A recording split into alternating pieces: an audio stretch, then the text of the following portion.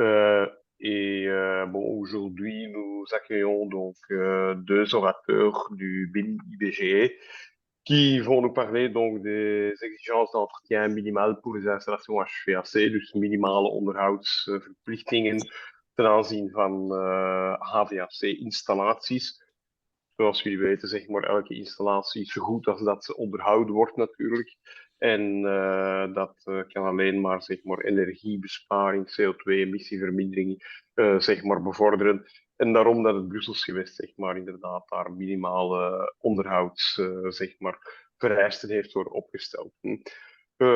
À moins que je me trompe, ils sont valables depuis mi-l'année passée, quelque chose comme ça, donc août, je pense, donc de l'année passée. Donc, enfin, tout le monde doit s'adapter. Donc, en effet, un peu comment dire, donc s'habituer à toutes les exigences qui existent. Et je pense que c'est utile donc de rafraîchir ou de rappeler encore une fois donc toutes les exigences. Je ne sais pas qui de vous deux va commencer, Christophe ou Nicolas. Ik ga Christophe? beginnen, ja. Oké, dan voilà, dus dan geef ik graag het woord aan u. Dus je hebt je scherm al gedeeld. Donc, s'il y a des questions, nous avons encore l'opportunité au fin des présentations donc d'avoir un petit question-réponse. Mais si vous avez des questions urgentes ou des remarques, vous pouvez toujours utiliser de chatbox. Dus de chatbox staat ter uw beschikking om inderdaad opmerkingen, bedenkingen, vragen, zeg maar, te verwoorden. En op het einde van de voorstelling zullen we inderdaad ook nog wel even wat ruimte inlassen om vraag en antwoord te kunnen stellen. À vous, monsieur Dolma. Bedankt meneer Mampay. We zullen dus een tweetalige voorstelling doen. Donc on va faire une présentation bilingue. Maar aarzel niet om uw vragen in uw eigen taal te stellen. Donc n'hésitez pas à poser vos questions dans la langue de votre choix. Dus Nicolas en ik werken wij voor het departement EPB, technische installatie en plage binnen Leefmilieu Brussel. En wij zullen dus het minimumprogramma voor het onderhoud van HVAC-systemen vandaag voorstellen en de evolutie ervan. Want zoals meneer Montpay heeft gezegd, in augustus is er een nieuwe sluit gepubliceerd geweest.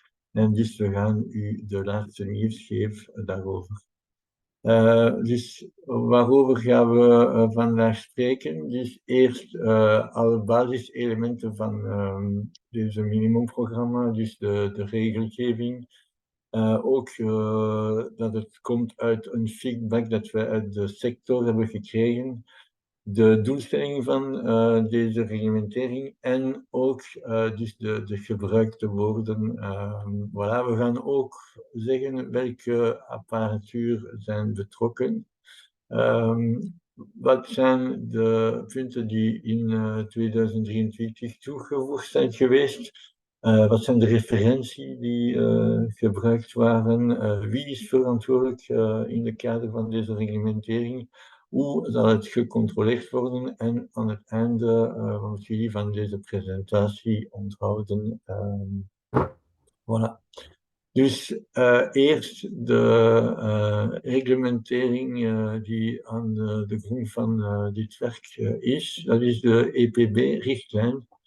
Dus de EPB-richtlijn zegt onder andere dat er regelmatig onderhoud en inspectie van toegankelijke onderdelen van verwarmings-, ventilatie- en klimaatregelingssysteem moet uitgevoerd worden door een gekwalificeerd personeel. Voilà, dus dat is op Europees niveau. En dus in Brussel hebben we dat in de EPB-reglementering met betrekking tot technische installatie geplaatst. En wat wil ik zeggen, dus voor kleine installatie, we gaan achteraf uitleggen wat is dus je toepassingsveld, is er al een periodieke controle van ketels en van warmteverwarmingstoestellen, die bevat een deel onderhoud. Voilà. En voor de grote installatie, dus daar gaan we vandaag over hebben, is er dus die EPB periodieke controle ook van toepassing, maar nu is er een minimaal onderhoudsprogramma ook voorzien, maar het is eigenlijk een gemeenschappelijke basis om dat coherent te houden. Dus ter herinnering, wat is het toepassingsveld van de EPB-reglementering met betrekking tot technische installaties? Dus dat zijn de verwarmingssystemen die bevatten verwarmingsketen op gas of op vloeibare brandstoffen en misschien ter info ook binnenkort op vaste brandstoffen. Dat is een besluit die nu zijn reglementaire parcours doet. Het gaat ook over niet omkeerbare warmtepompen en het gaat op waterverwarmingstoestellen op gas, op klimaatregelingssystemen die met een vermogen van meer dan 12 kilowatt koelvermogen. En ook nu toe de gecombineerde ventilatiesystemen met deze systemen. Dus in het kort, de meeste grote HVAC-systemen zijn betrokken door deze reglementering.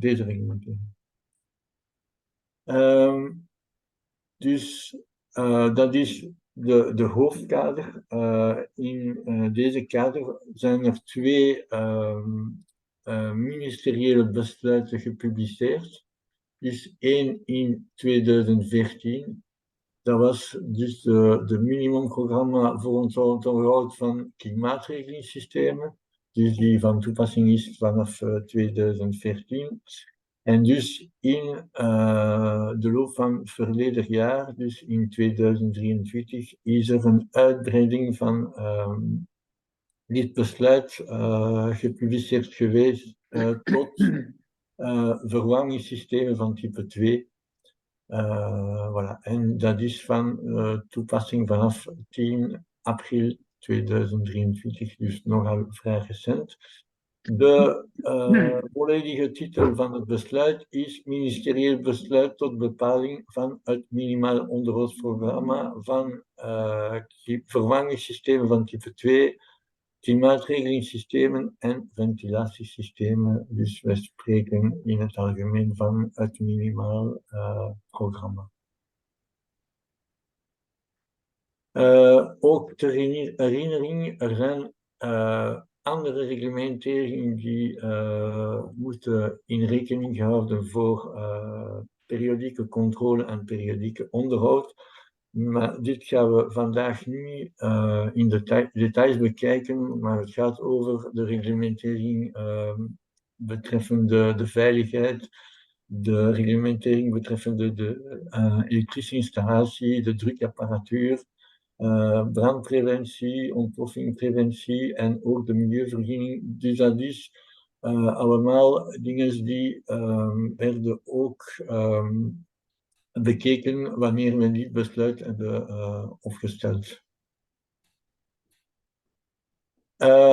Aan het einde, waarom hebben we op dit besluit gewerkt? Dat is eerst dus een retour, dus een feedback van de sector, die ons regelmatig heeft gezegd dat sommige HVAC-systemen zijn heel goed onderhouden en andere niet. Dus er was sprake om te zeggen, ja, een regelgevende basis op een minimum kan dit verbeteren en dat is dus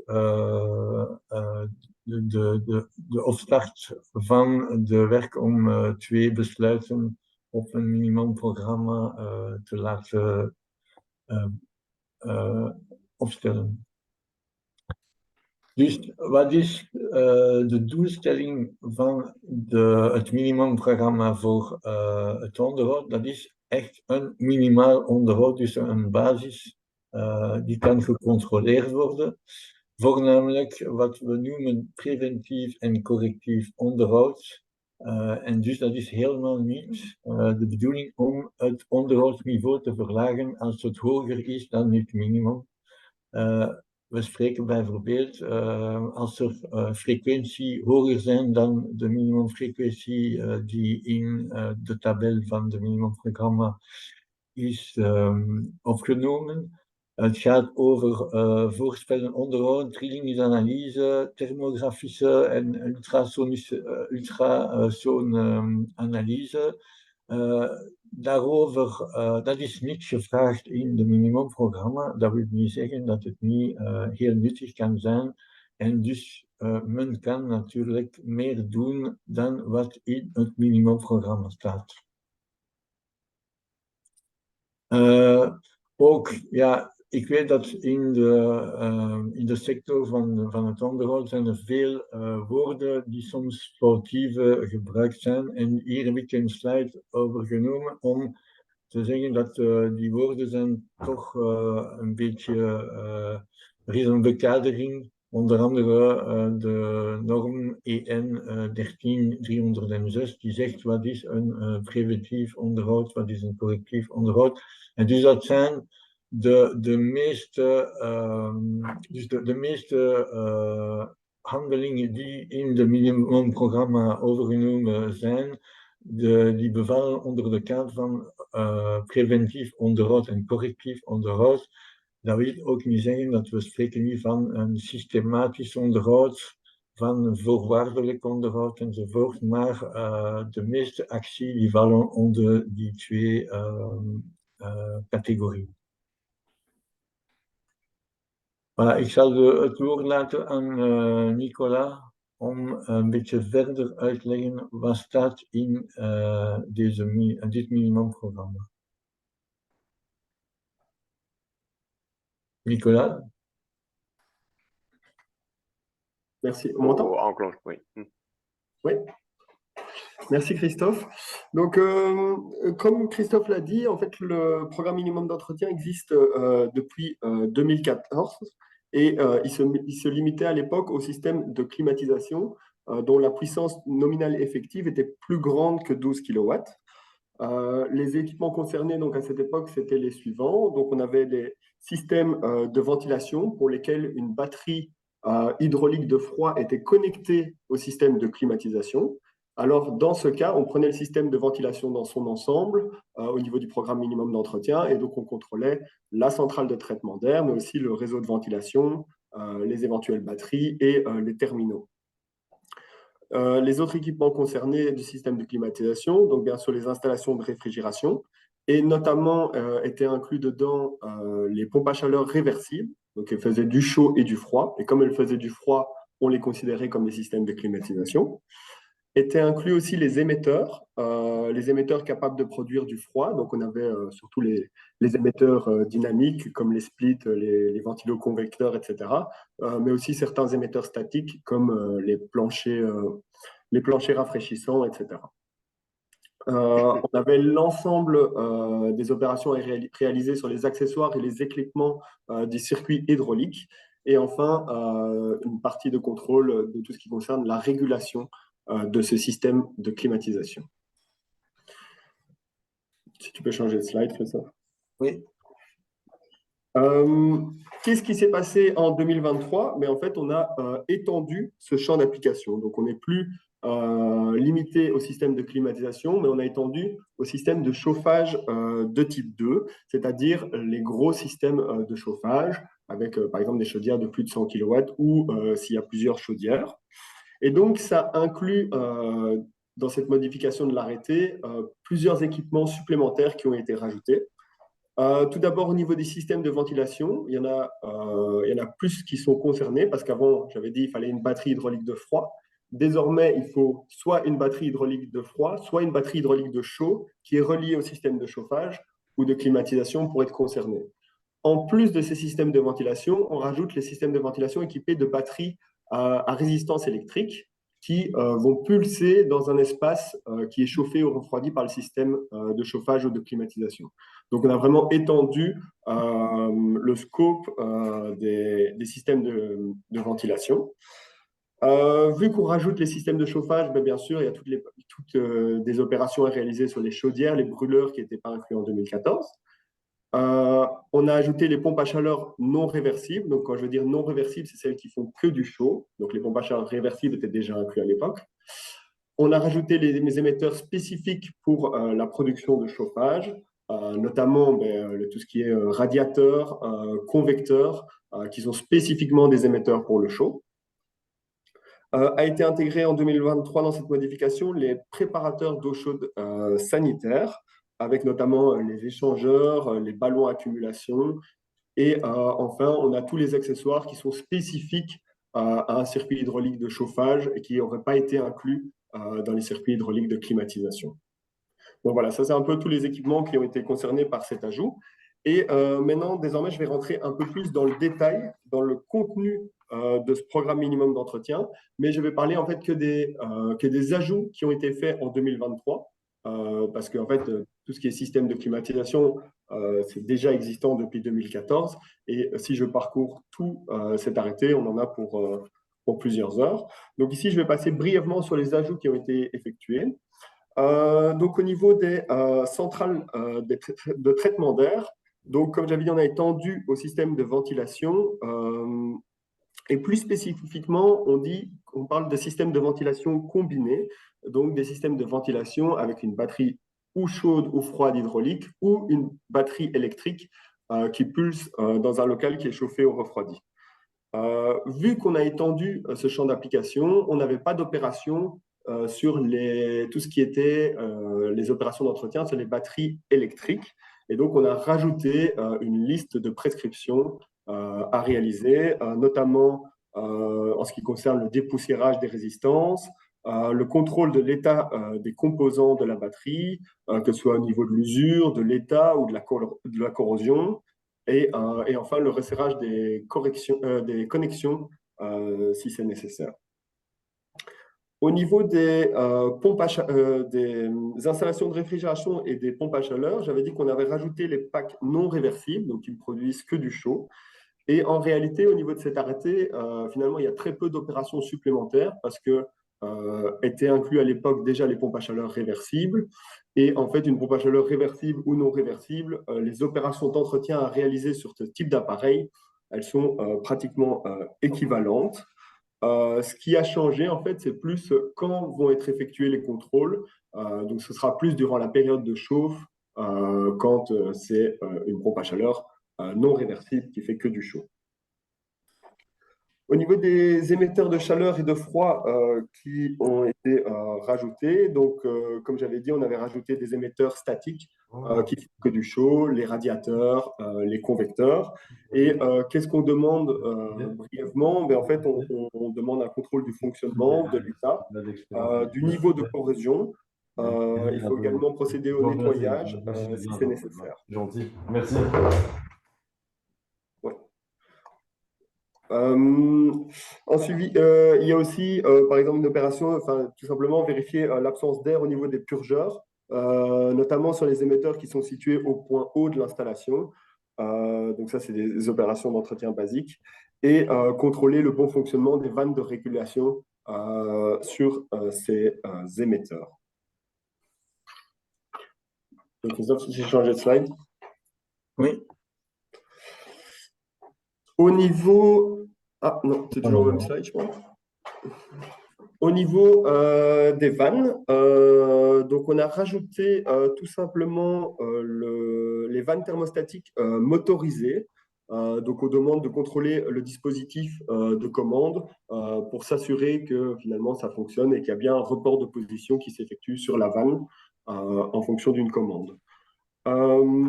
A été rajouté aussi le stockage de chaleur et de froid. Tout simplement, vu qu'on part sur les systèmes de chauffage, on a rajouté les systèmes de chauffage, on a rajouté les réservoirs de chaleur. Qu'est-ce qu'on demande au niveau de ces réservoirs de chaleur? C'est toujours un peu pareil, c'est des contrôles de l'état du réservoir, mais aussi de son étanchéité, vérifier la présence de corrosion. Ici, il s'agit en fait d'un circuit indépendant de stockage. Alors, il faudra aussi contrôler, bien sûr, la qualité de l'eau. Au niveau des compteurs, donc ça c'est vraiment une petite section qui a été rajoutée. Donc on demande désormais de contrôler le bon fonctionnement de ces compteurs, que ce soit de chaleur, des compteurs de chaleur ou des compteurs de froid. Et s'il y a une centrale d'acquisition des données de consommation, ben, il est utile de regarder la bonne transmission et le bon enregistrement de ces données. Donc, alors, le gros bloc qui a été rajouté en 2023, parce qu'on a rajouté les systèmes de chauffage, ben, c'est tout ce qui concerne, bien entendu, les chaudières. Donc, c'est vraiment une grosse partie en fait, de l'ajout. Et on a distingué en différentes sous-sections.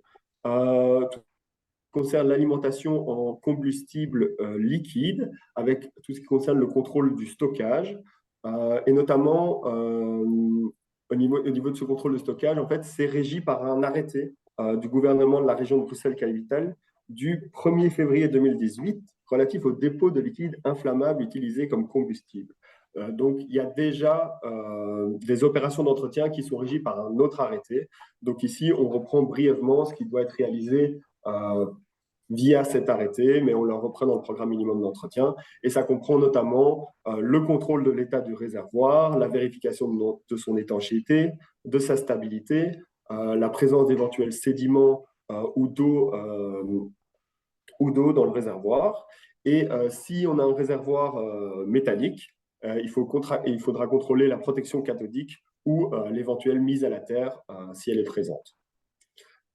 Toujours au niveau des combustibles liquides, donc là on a parlé du stockage, maintenant il y a toute la partie transport.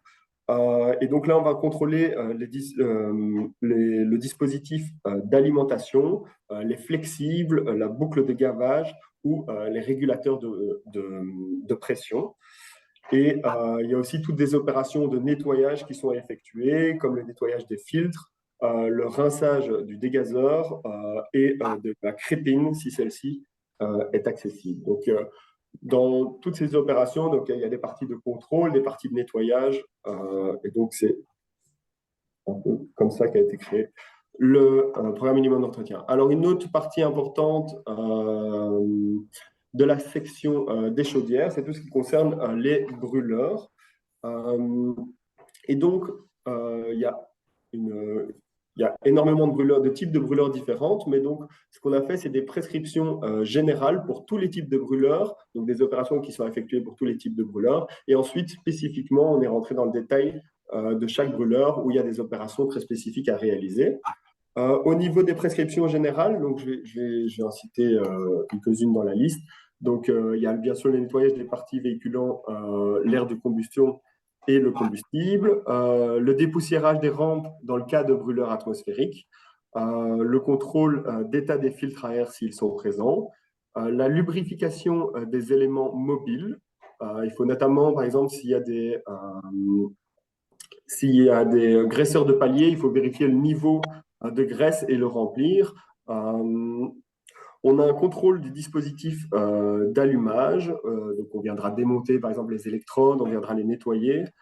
Le contrôle du dispositif de surveillance de la flamme, donc là c'est suivant le type de dispositif d'allumage, donc que ce soit par ionisation, cellule optique. On a distingué les opérations à réaliser sur ces types de dispositifs d'allumage. On a le contrôle du boîtier de commande, donc on va vérifier l'état du boîtier de commande, resserrer les éventuelles connexions qui n'étaient pas assez serrées.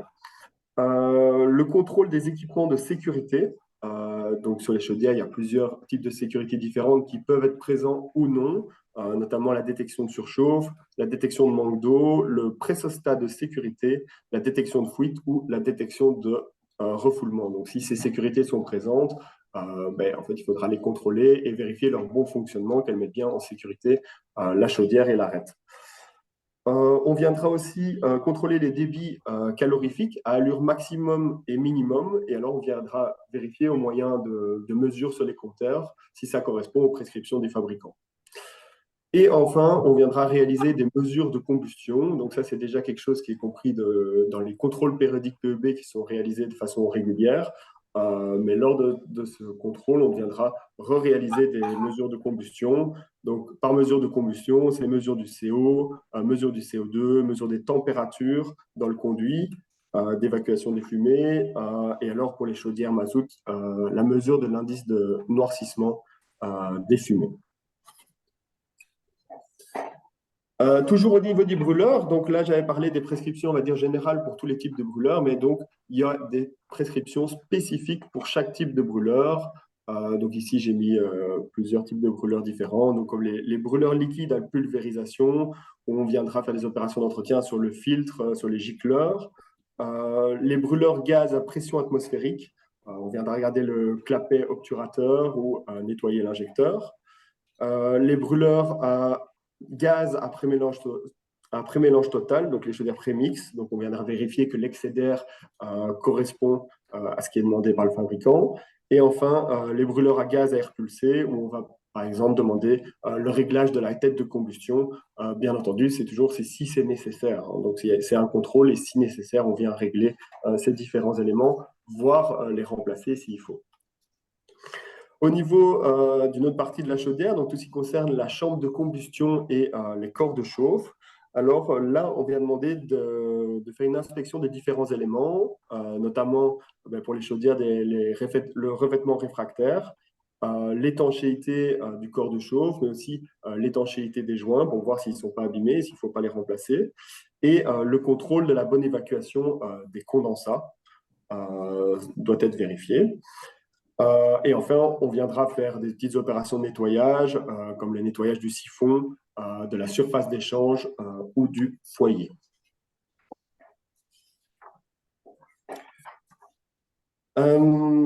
Toujours au niveau des chaudières, donc c'est vraiment un bloc une section qu'on a rajoutée. Il y a pas mal finalement d'opérations d'entretien à réaliser. Donc en présence d'une installation de neutralisation des condensats, on viendra demander de contrôler le pH de l'eau qui est rejetée. Mais aussi, s'il y a une pompe de relevage qui est présente, vérifier son bon fonctionnement pour s'assurer qu'on évacue donc bien les condensats. Il y a aussi toute la partie calorifugage de la chaudière. Donc, les chaudières sont équipées de calorifuge. Il faudra contrôler son état pour s'assurer qu'il y a moins de pertes possibles. Au niveau des conduits d'amener d'air condurant et les dispositifs de ventilation des chaufferies, tout simplement, on viendra demander d'inspecter l'état de propreté de ces dispositifs de ventilation. Donc, s'il y a des grilles, on viendra les nettoyer. Si c'est individuel, collectif, que ce soit individuel ou collectif, donc on viendra nettoyer tout ça. Si, par contre, il y a une amenée d'air mécanique, qui amène de l'air dans la chaufferie pour la combustion, il faudra bien vérifier que l'asservissement des brûleurs est bien lié à la détection d'un débit d'air et donc à l'activation du ventilateur. Donc ça, c'est pour les brûleurs qui sont asservis à justement ces systèmes de ventilation mécanique qui amènent de l'air dans les chaufferies. Au niveau du conduit d'évacuation des gaz de combustion, donc on va parler de l'amenée d'air, il y a toute une partie sur l'évacuation des gaz de combustion, mais finalement c'est assez similaire aux opérations d'entretien qu'on demande sur l'amenée d'air comburant. Donc c'est vérifier l'état de propreté, au besoin nettoyer le conduit. En présence d'un conduit collectif, ça c'est important peut-être de le préciser, il faudra contrôler la présence d'un rapport d'inspection.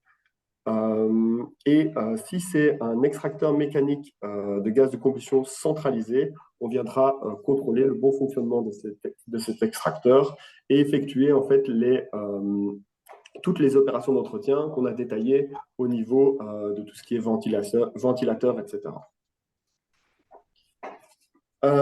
Et enfin, maintenant, on a la dernière section qui a été rajoutée en 2023 qui concerne les préparateurs d'eau chaude sanitaire.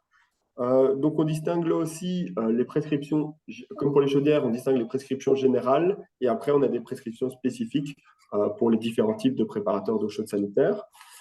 Ce qu'on viendra contrôler, c'est notamment la qualité de l'eau d'appoint. Donc, suivant certains fabricants, il y a des prescriptions qui sont données au niveau de l'eau d'appoint. Donc, on demande de vérifier la qualité de cette eau. Il y aura une mesure de la température du stockage, que ce soit de départ ou de retour, de la boucle d'eau chaude sanitaire.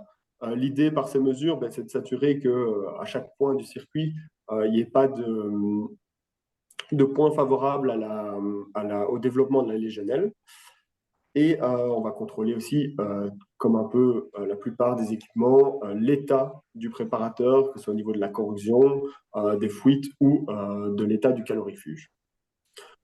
Pour les réservoirs d'eau chaude sanitaire et les ballons d'eau chaude à accumulation, donc il y aura une inspection visuelle qui sera effectué et on viendra vérifier certains composants. Donc, encore une fois, la protection cathodique. S'il y a une protection cathodique active, on va vérifier ses composants.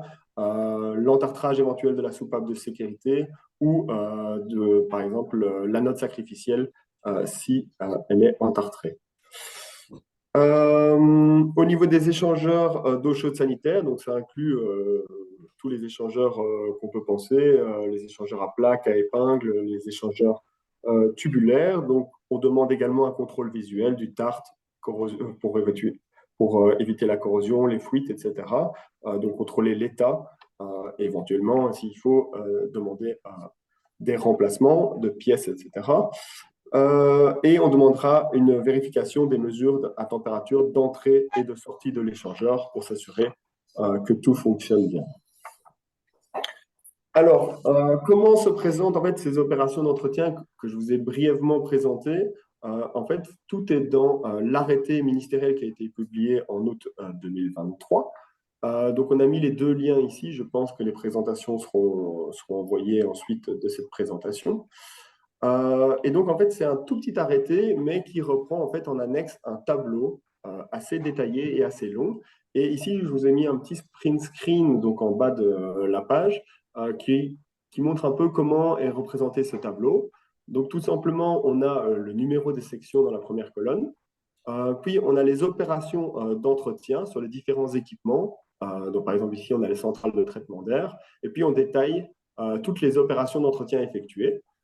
La colonne, la troisième colonne. Ouais, bien sûr. Comme ça, on joint J'écoute une conférence, je ne sais pas si un peu.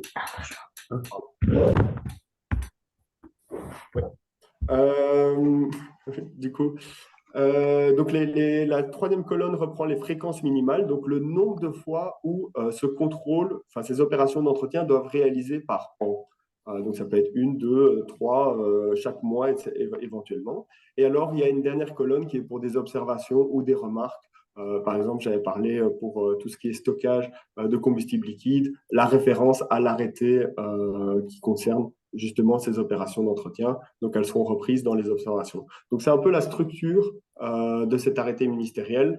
Et donc, je vous invite à cliquer sur le lien. Et en fait, si vous cliquez sur le lien, il faudra bien cliquer sur Images parce que comme c'est repris dans les annexes, ce n'est pas directement dans l'arrêté, c'est vraiment dans les annexes. Donc, il faut cliquer sur le petit bouton Images quand vous cliquez sur le lien. Oui, donc ça c'est l'arrêté ministériel, donc il reprend le contenu des opérations à réaliser, mais donc Bruxelles Environnement on est en train de réaliser un manuel du programme minimum d'entretien. Qu'est-ce que c'est que ce manuel? C'est, on va dire, une sorte de syllabus qui détaille un peu plus précisément ce qu'on entend par ces opérations d'entretien. Donc on détaille les actions à entreprendre, des valeurs guides, des recommandations, ainsi que les actions correctives prescrites pour ces équipements. Et alors, il y a différents objectifs. On détaille aussi les objectifs qui sont désirés par la réalisation de ces opérations d'entretien, donc par différents logos qu'on a ici. Donc, le premier, c'est par exemple pour optimiser ou réduire la consommation, mais aussi il y a des objectifs de garantir le confort, des objectifs d'hygiène, et enfin des objectifs d'assurer le bon fonctionnement continu du système. Donc, à chaque opération, vous aurez un petit logo, des actions à réaliser, des recommandations. Donc, c'est un manuel qui n'est toujours pas réalisé, qui est réalisé en fait pour toute la partie climatisation, mais comme on a étendu au système de chauffage, en fait, on doit le modifier et inclure tous les équipements qui n'étaient pas inclus. Donc là, c'est un travail qui est en cours pour le moment et qui devrait, je l'espère, être publié dans un peu plus d'un mois. Alors, point important, et j'insiste, ce programme minimum d'entretien ainsi que ce manuel, en fait, ça ne dispense pas de tous les cours pratiques et ça ne remplace pas des techniciens qui ont passé des centaines d'heures de formation ou qui ont eu des expériences dans le domaine de l'entretien. Donc, ça n'a pas une vocation à être ce qu'il faut effectuer, etc. Et notamment, ce qui est important, c'est de bien se référer aux notices des fabricants qui reprennent des prescriptions techniques spécifiques à leur équipement. Et donc, si par exemple, ils disent qu'il ne faut pas effectuer ces opérations d'entretien pour ce type d'appareil, bien sûr, il ne faudra pas les réaliser, même si c'est repris dans le programme minimum d'entretien. Je vais laisser la parole à Christophe pour la suite. Merci Nicolas. Ik ga proberen om nog iets tweetalig te doen. Voilà, donc il faut savoir que ce programme minimum, c'est le fruit d'un long travail qui est basé sur énormément de documents. Donc sur les notices d'entretien des fabricants notamment et toute une série de livres de maintenance préventive et industrielle. Voilà, c'est également basé sur des guides d'entretien qu'on trouve en France, en Belgique, sur des codes de bonne pratique aussi qu'on a trouvé à plusieurs endroits. Voilà, c'est basé aussi, donc la partie clim a été réalisée avec un bureau d'études, la partie chauffage avec un autre bureau d'études. C'est réalisé dans le cadre de marchés publics. Et alors donc, vous verrez d'ailleurs dans le manuel, c'est que souvent on fait référence à des normes dès qu'il y en a une. Voilà, ça permet quand même de savoir normaliser les choses. Et c'est basé évidemment pour ne pas être en contradiction avec toutes les réglementations en lien avec la maintenance. Donc voilà, la sécurité au travail, le bien-être, le permis d'environnement, etc. On a vraiment pris un point d'attention à ne pas être en incohérence avec ces réglementations-là.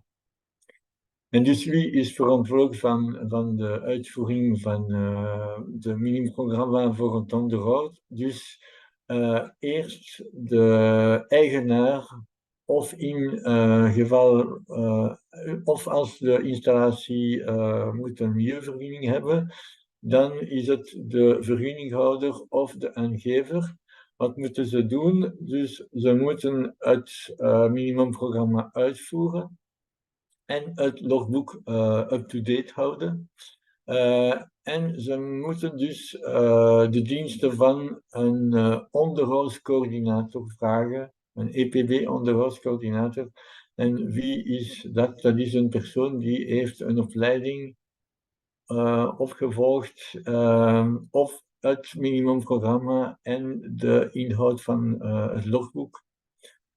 Dus je zal meer informatie vinden op de lijst. Dus er zijn al personen die dit opgevolgd heeft. Dus er is een lijst die ter beschikking is op de website van de FIE Brussel. En wat moet de EPB-onderhoudscoördinator doen? Hij moet dus toezicht houden op de uitvoering van het programma. Dus dat betekent dat hij is verantwoordelijk van de controle ter plaatse en ook op afstand dat het programma is opgevolgd. En hij is ook verantwoordelijk om alle onderhoudsverslagen aan het logboek toe te voegen. Voilà, donc en résumé, qui est responsable? Eh bien, c'est le propriétaire titulaire ou déclarant qui doit en fait mettre en œuvre le programme. Et il est également responsable de veiller à la mise à jour du carnet de bord. Il doit faire appel à un coordinateur maintenance PEB. Le coordinateur maintenance PEB, c'est la personne qui supervise la mise en œuvre du programme et qui également est responsable de joindre les rapports d'intervention au carnet de bord. On ne va pas détailler aujourd'hui, il y a tout un arrêté sur le carnet de bord, mais pour rappel, le carnet de bord, il peut être papier, virtuel, donc totalement informatisé, ou une combinaison des deux, et ça c'est dans un autre arrêté. Et donc cette personne, ce coordinateur maintenance, on lui a donné un nom maintenant, mais en fait c'est une personne qui a suivi une formation reconnue sur le programme minimum et sur le carnet de bord. Et il y a déjà des personnes qui sont reconnues à ce niveau-là, mais évidemment, il en faut encore plus à partir du moment où on veut s'assurer de la mise en œuvre de ce programme. Hoe zal het gecontroleerd worden? Dus de uitvoering van, dus de opvolging van het minimumprogramma zal gecontroleerd worden gedurende EPB-diagnose. Dus in Vlaanderen spreekt men van EPB-audits, dat is een gelijkaardige handeling. Voor vervangings- en klimaatregelingssystemen. En hoe wordt het gedaan? Dus we gaan dit laten controleren op basis van steekproeven. Dus wat betekent dat? Dus de erkende vakman moet het systeem coderen, dus hoeveel ventiloconvectoren, hoeveel luchtgroepen enzovoort. En een programma gaat zeggen, het gaat gecontroleerd. Bijvoorbeeld als we 5000 ventiloconvectoren hebben, zullen wij vragen om 10 ervan ter plaatse te controleren. U moet ook weten dat we zijn bezig met de uitvoering van de ontwikkeling van nieuwe IT-tools. Die zullen binnenkort ter beschikking gesteld. Maar er is al iets voor de EPB-diagnose die laat dus dit controleren op basis van steekproeven. Het kan ook gecontroleerd worden door agenten van Leefmilieu Brussel en het kan ook gecontroleerd worden aan de hand van de inhoud van het logboek. Dus voilà. Maar het is volgens ons, iedere keer dat men spreekt van een reglementering, spreken wij van controle. Maar hier is het meer om echt een soort filosofie van oké, we gaan een minimum in Brussel hebben van wat wordt gevraagd in de kader van het onderhoud van antivirussystemen. Dus wat moeten jullie van deze presentatie onthouden? Dus in Brussel is er een wettelijke basis voor het onderhoud van HVAC-systemen. Dus wat moet gedaan worden? Dat is controleren of elke actie is opgenomen in het MMS, dus in de GMAO in het Frans. Bijvoorbeeld, ik weet dat er zijn sommige handelingen die niet zo vaak nog opgenomen zijn. Bijvoorbeeld de regelmatige meting van het debiet van verse lucht. Minimum en maximum in de pulsiegroepen. Het moet ook gecontroleerd worden of er naar het minimumprogramma wordt verwezen in de lastenboeken voor onderhoud. En wat moet worden gedaan door maintenance of onderhoudsbedrijven, dat is dus mensen sturen om een opleiding EPB-onderhoudscoördinator te volgen. Donc, qu'est-ce qu'il faut retenir de cette présentation? C'est qu'en fait, à Bruxelles, comme vous avez pu l'entendre, eh bien, il y a une base légale pour l'entretien des systèmes HVAC. Et donc, en réalité, qu'est-ce qu'il faut en premier lieu faire? C'est de vérifier le tableau que Nicolas dont Nicolas a montré un extrait. Montrer que ce tableau correspond à ce qui est écrit dans une GMAO, c'est une GMAO, ou dans un autre je veux dire, échéancier de mise en place de la maintenance. Et par exemple, voilà, moi, ce que j'ai constaté qui était assez rare pour le moment, c'est la mesure régulière du débit d'R9 des groupes de pulsion, donc le minimum, le maximum. Voilà, c'est quelque chose qui est demandé. On propose également à tous les propriétaires ou gestionnaires de bâtiments de vérifier que ce cahier des charges est référencé, que ce programme minimum est référencé dans les cahiers des charges. Et alors, qu'est-ce que les sociétés de maintenance doivent prévoir dans ce cadre-là? C'est d'envoyer des personnes, enfin les personnes qui en fait supervisent la maintenance à suivre des formations coordinateurs maintenance PEV pour qu'ils soient au courant de ce qui est demandé et de comment est-ce que c'est mis en place. Voilà. We hebben nog tijd om vragen overnemen. Misschien zal ik in de chat kijken. Non, je crois pas que dans le chat, j'ai vu tellement de réponses, de questions. À moi, celle de Karl Wilm, oui, mais enfin bon, ça, qui demandait si en effet l'entretien prédictif était repris, mais non. Mais il est repris, j'ai vu vite passer cette question, mais donc voilà, moi, en gros, ce qui se passe, c'est que dans le secteur de la maintenance, il y a beaucoup de mots qui sont utilisés. Et donc, prédictif, en fait, ça correspond à de la maintenance conditionnelle, en fait. Normalement, c'est considéré comme ça. Mais donc, ici, si vous voulez, c'est vraiment l'idée, c'est d'avoir un socle minimum sur lequel tout le monde est d'accord. C'est pas impossible que dans le futur, on se mette d'accord sur un minimum plus élevé. Et donc, en effet, c'est très, très bien quand il y a des personnes qui font des maintenances conditionnelles ou des maintenances prédictives. C'est très bien. On va certainement pas aller contre ça. Et comme l'a expliqué aussi Nicolas, on va jamais aller contre les prescriptions des fabricants non plus. Donc, si le fabricant il dit pour ma garantie, il faut faire ça, voilà. Donc, ici, c'est vraiment de dire que c'est le minimum. Et donc, c'est ce que j'ai expliqué au début. Il y a voilà, tout ce qui est thermographie, tout ce qui est analyse vibratoire, tout ce qui est analyse ultrasonique qui se développe de plus en plus, qui sont des outils très utiles. Et bien, en fait, vu que on s'applique, donc ici, ce programme minimum, il concerne des petits systèmes quand même, puisqu'on parle de 100 kilowatts, hein, ça peut être un petit immeuble, un appartement, jusqu'à des très gros systèmes qui peuvent être très compliqués avec pompe à chaleur. Voilà. Et donc, l'idée, c'est vraiment d'avoir un socle minimum qui permet à tout le monde de dire ben, il y a quand même une base légale. Parce qu'avant, qu'est-ce qui se passait? C'est qu'on arrive quelque part, il y a des ventiloconvecteurs qui tombent plus ou ils sont complètement sales. En fait, bon, personne ne sait vraiment dire s'il y a une base légale. Et donc, on se base plutôt sur des bases contractuelles. Qu'est-ce qui a été convenu au niveau contractuel? Et ici, il y a une base légale. Donc, moi, je pense que, en tout cas, c'était tous les retours qu'on avait eus, c'est que ça peut aider le secteur de la maintenance.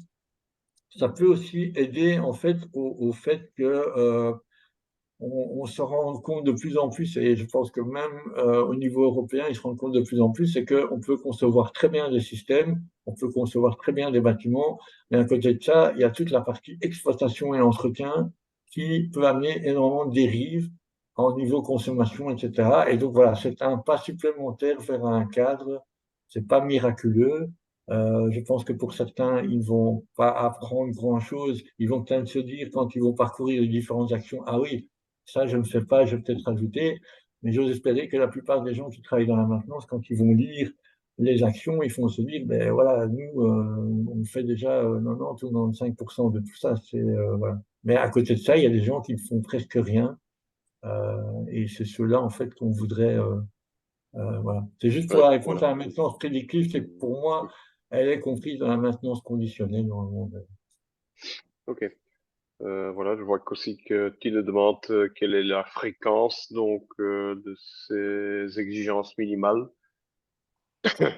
Donc la fréquence, en fait, elle dépend de chaque action. Donc chaque Christophe, action, tu peux peut-être montrer le lien avec le lien là. Comme ça peut. où je vais partager, je vais expliquer.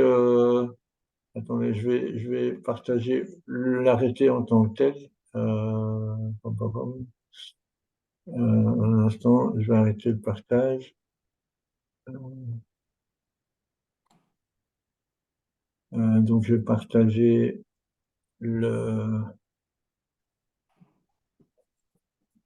l'arrêté sous format Word.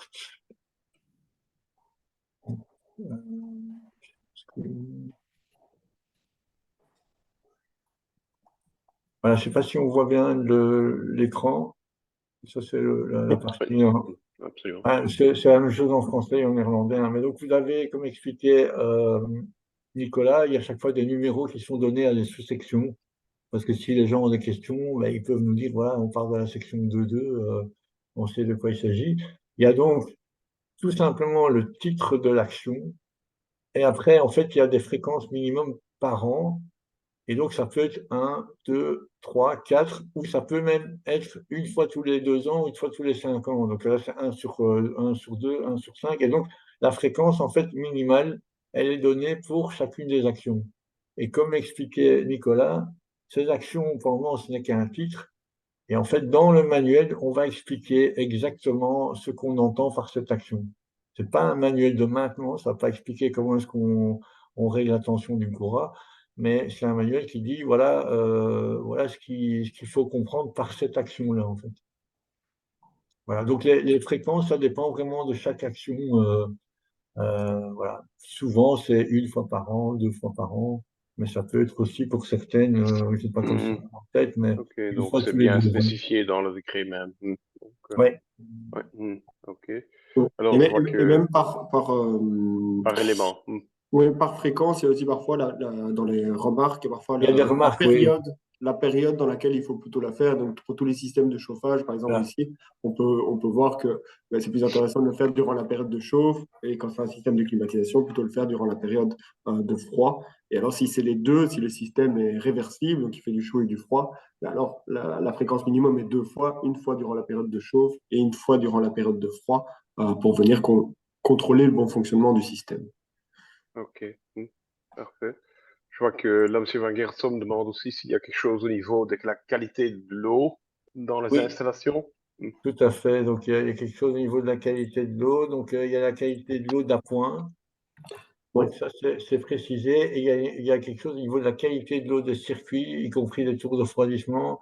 Et il y a même, dans le manuel actuel, il y a tout un chapitre qui explique ce qu'il faut savoir, enfin, un résumé, parce qu'en fait, la qualité de l'eau, on peut étudier des années là-dedans, mais il y a un résumé de ce qu'il faut savoir au niveau de la qualité de l'eau. Donc oui, c'est un point auquel on a donné pas mal d'attention. Hmm. Oui, c'est répété plusieurs fois dans les opérations d'entretien, donc comme tu dis, au niveau du circuit, de la pointe d'eau, les systèmes indépendants, par exemple, de stockage de chaleur, etc. Il y a pas mal de contrôles sur la qualité de l'eau qui sont repris dans cet arrêté et qui seront un peu plus détaillés dans le manuel, comme je dis, qui est en cours de réalisation. Et ça peut être intéressant, Christophe, de montrer sur notre site web peut-être l'ancien manuel Clim.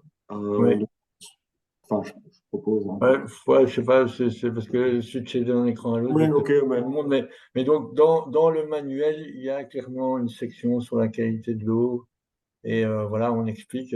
Donc, en résumé, ce programme, il faut savoir que ce sont des actions à réaliser.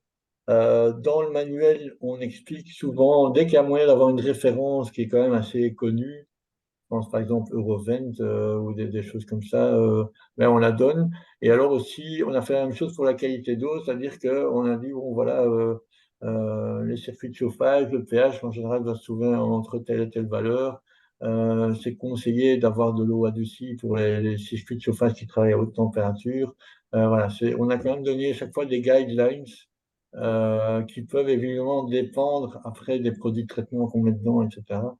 Mais Ok. voilà, donc il faut savoir que donc les analyses, il y a des analyses qui sont conseillées. Il y a aussi toute une partie sur les mesures. Ça, vous allez voir, c'est en fait pour toutes les sociétés, par exemple, qui sont ISO 9001, eh bien, ils sont déjà confrontés à ça, c'est-à-dire qu'on vérifie également ben, des températures pour les groupes de pulsion, des températures de départ, de retour, etc. Donc, on ne va pas jusqu'à l'ISO 9001, c'est pas du tout le but. Mais quand même, il y a des mesures qui sont. Le but est de maîtriser, d'arriver à maîtriser le système HVAC et son impact au niveau énergétique, quoi. Ok. Je vois que M. Willemen vient de lever sa main. Donc, je ne sais pas s'il a quelque chose à ajouter ou qu'il veut commenter quelque chose. Juste une précision dans le sens que la question de M. Van Geertsom agissait sur la qualité de l'eau dans les installations de chauffage et que la réponse que j'entends fait un peu le mélange entre qualité de l'eau pour l'eau potable dans les préparateurs d'eau sanitaire, où c'est précisé qu'en fait, il faut contrôler la qualité de l'eau, c'est-à-dire l'eau d'appoint, mais ce n'est pas l'appoint de chauffage, c'est l'eau qui arrive dans les préparateurs d'eau chaude sanitaire. C'est d'ailleurs comme ça que j'ai lu le slide. Et deuxième chose, quand on parle de la qualité de l'eau dans les installations de chauffage, je pense qu'entre-temps, on sait qu'une contrôle, dans le sens que on va prendre un échantillon et on le contrôle sur certains paramètres, est tout à fait inutile. Et ça a été bien décrit dans la NIT 278 de Bill Twice, qui prescrit clairement que pour faire des contrôles, on va dire, de temps en temps, même très réguliers, il vaudrait mieux avoir une monitoring permanente parce qu'une contrôle temporaire ou instantané ne sert strictement à rien. Voilà, c'est ce que je voulais préciser. Et c'est un domaine avec lequel je suis assez à l'aise pour ceux qui connaissent mon parcours professionnel. Donc, voilà. Donc, comme l'a dit Nicolas, peut-être qu'on a été un peu large, mais donc il y a bien des prescriptions pour la qualité d'eau des installations de chauffage. Il y en a aussi pour l'eau chaude sanitaire, il y en a aussi pour les eaux glacées, il y en a aussi pour les tours de refroidissement. Donc tout ça, ça existe. Il y en a aussi pour l'eau d'appoint, les systèmes de chauffage. Et donc il y a quand même toute une série de prescriptions.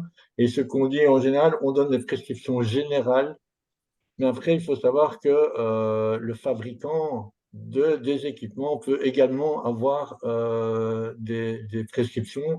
Par exemple, ça devient quand même plus rare, quoique les chaudières qui sont en fonte d'aluminium, il ne faut pas respecter les mêmes prescriptions que des chaudières qui sont en fonte ductile ou classique, je veux dire.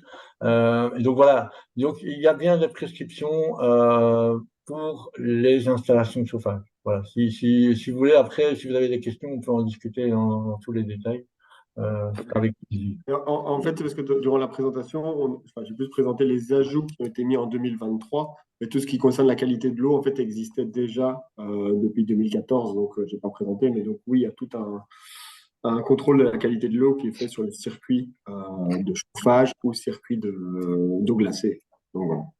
Et alors, pour répondre à votre remarque sur les analyses, moi, je pense que des analyses, c'est vachement utile. Mais en effet, il existe aussi, et là, voilà, il existe des installations de monitoring en permanence de la corrosion sur un système de chauffage. Déjà, ça coûte cher.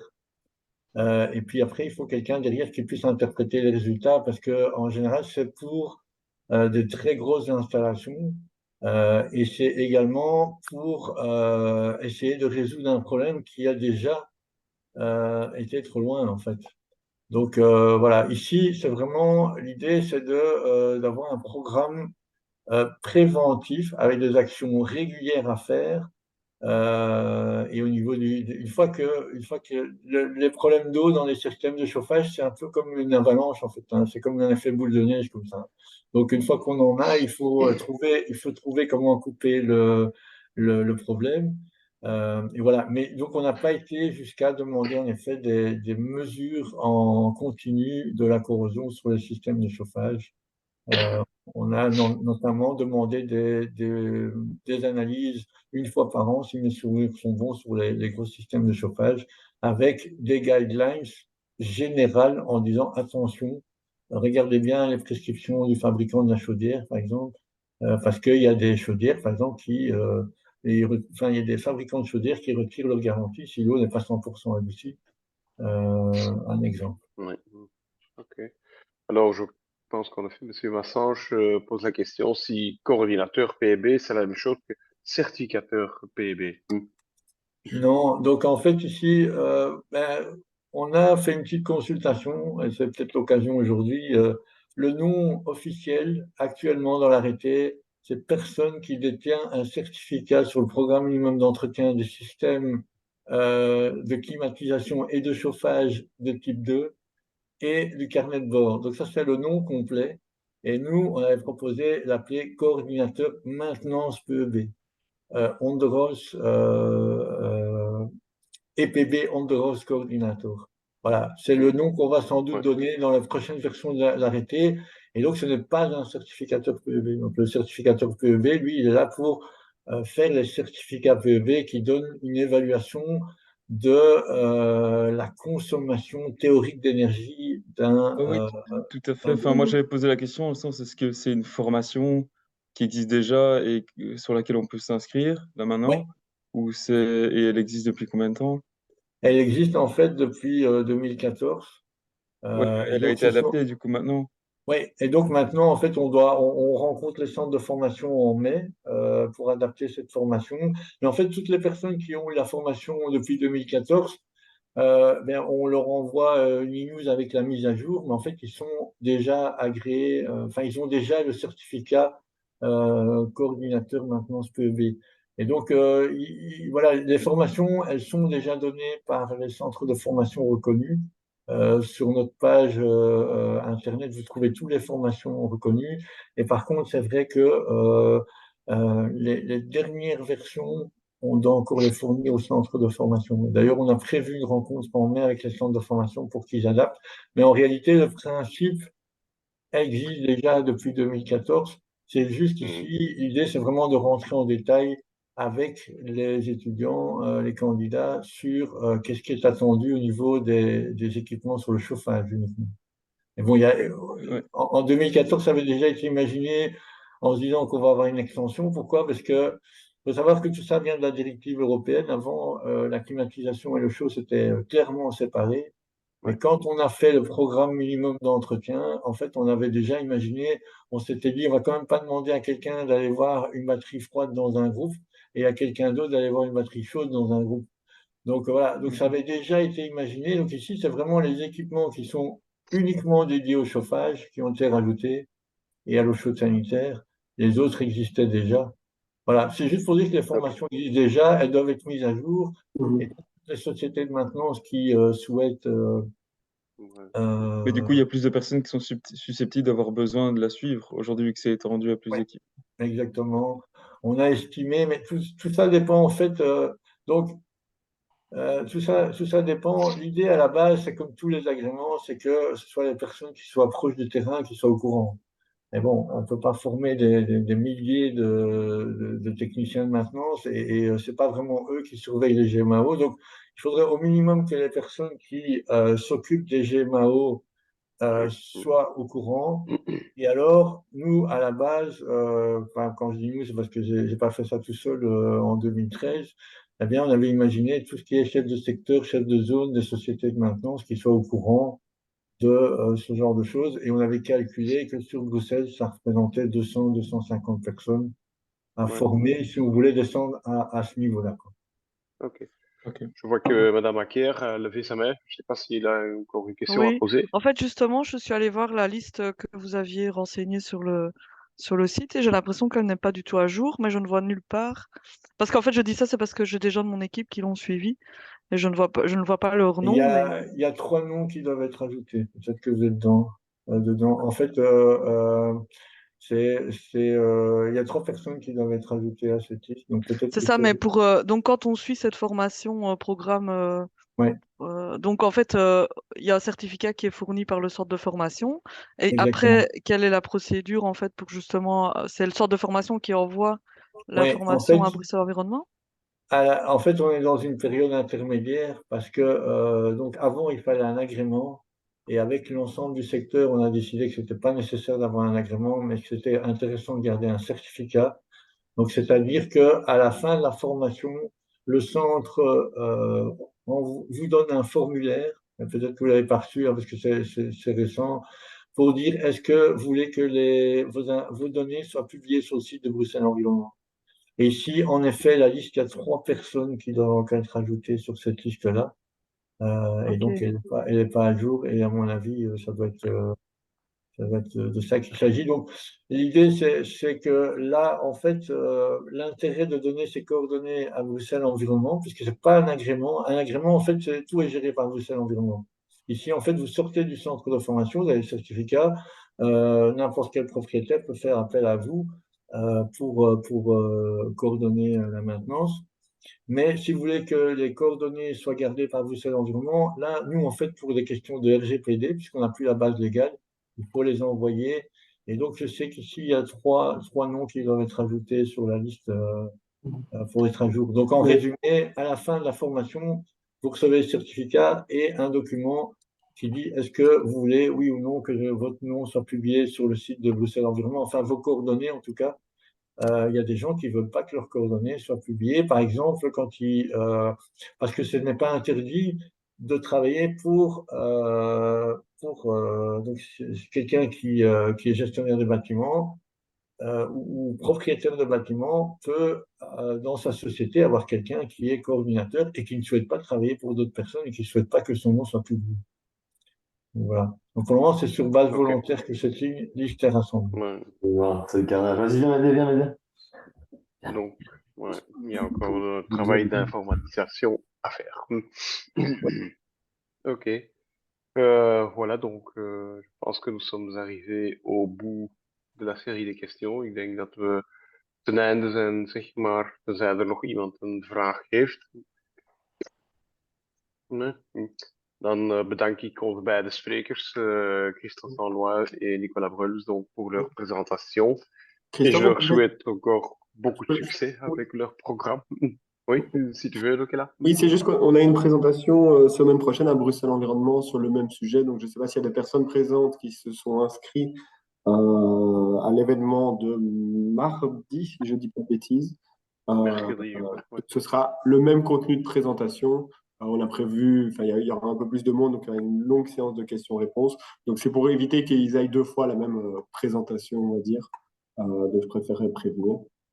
Et pour Madame Macaire, je ne sais pas, Christophe, si je peux envoyer l'adresse mail spécifiquement à Madame Macaire, comme ça. Oui, bien sûr, bien sûr, Ouais. bien sûr. Ben, je vous envoie un message direct, Madame Macaire, Ok, avec merci. une adresse mail. Merci Oui, beaucoup. l'idée, c'est de la maintenir un jour. Voilà, donc ici, il y a des formations qui vont être relancées.